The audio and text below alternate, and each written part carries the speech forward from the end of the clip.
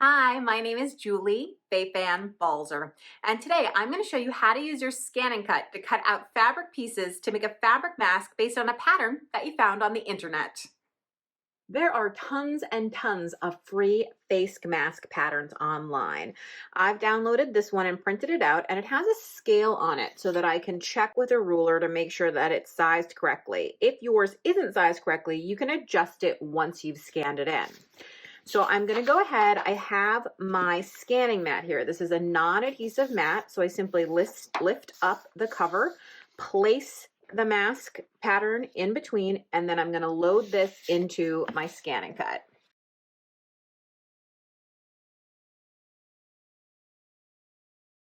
From the home screen, choose Scan, Scan to Cut Data, and press Start.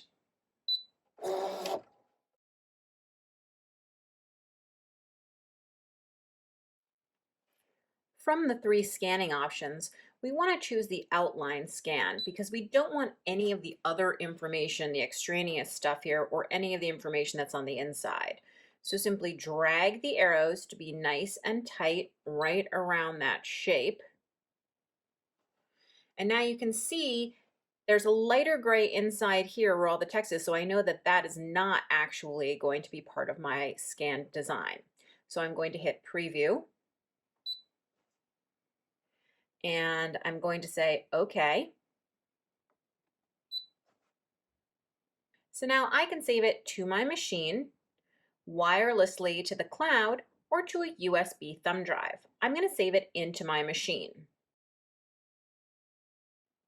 Now that it's saved, I can say OK.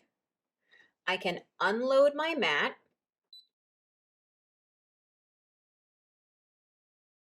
And I can hit the Home button. It's OK.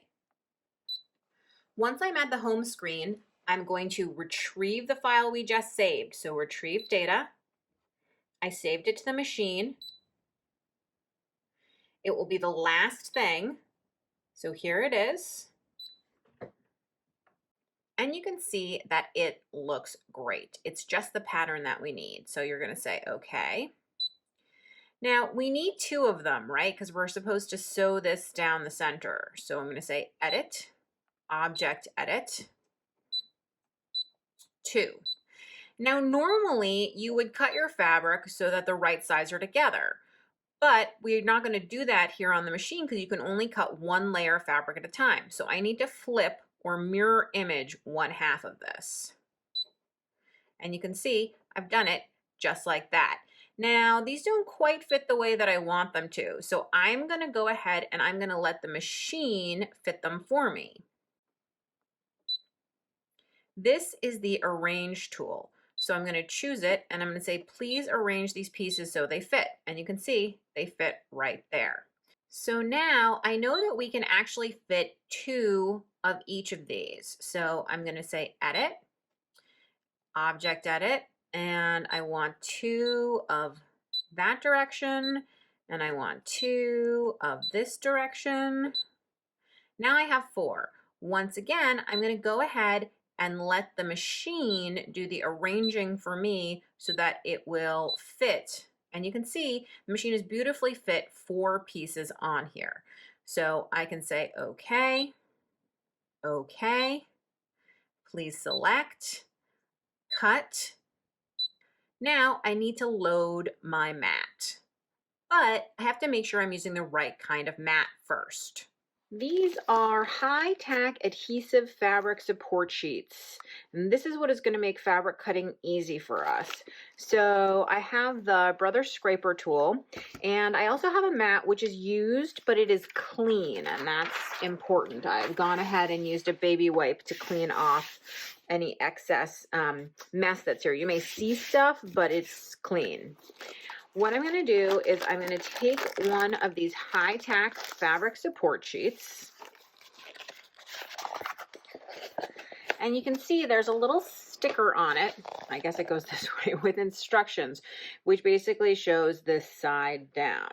And what it means is the shiny side. Can you see those kind of lines? That's actually that is indicating shine. And the reason for that, I'm going to peel this off for just 1 second, is because this is actually very sticky, and the sticky is against the green paper. So you want to put this shiny side, not the green side, the side without the sticker, down against the mat. And you want to place it within the black lines on the mat. And the reason that I have the scraper tool here is because this is going to allow me to just get a good contact here to make sure this gets smoothed down without any air bubbles. Once you have applied it, you can use your fingernail. There you go. And you can pull away the green paper and you can throw that green paper away. You now have a super sticky mat, and you can use your regular dust cover over it, but what we're going to do is I'm going to put my fabric on it. Now this is just fabric right off the bolt, or whatever you want to call it, out of the store, and I'm simply going to lay it on here and use my Brother brayer tool to smooth down that fabric.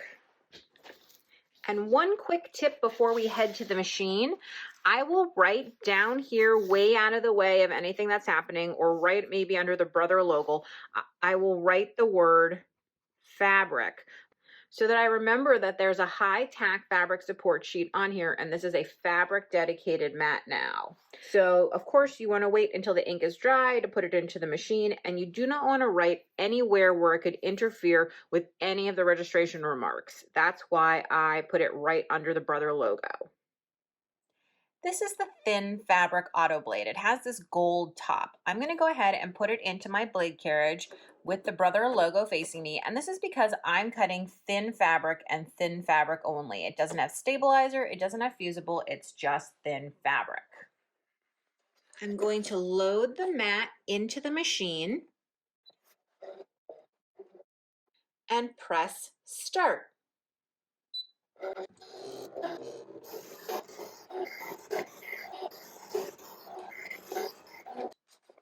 Now that it's done cutting, I'm going to unload the mat and I can remove my fabric pieces.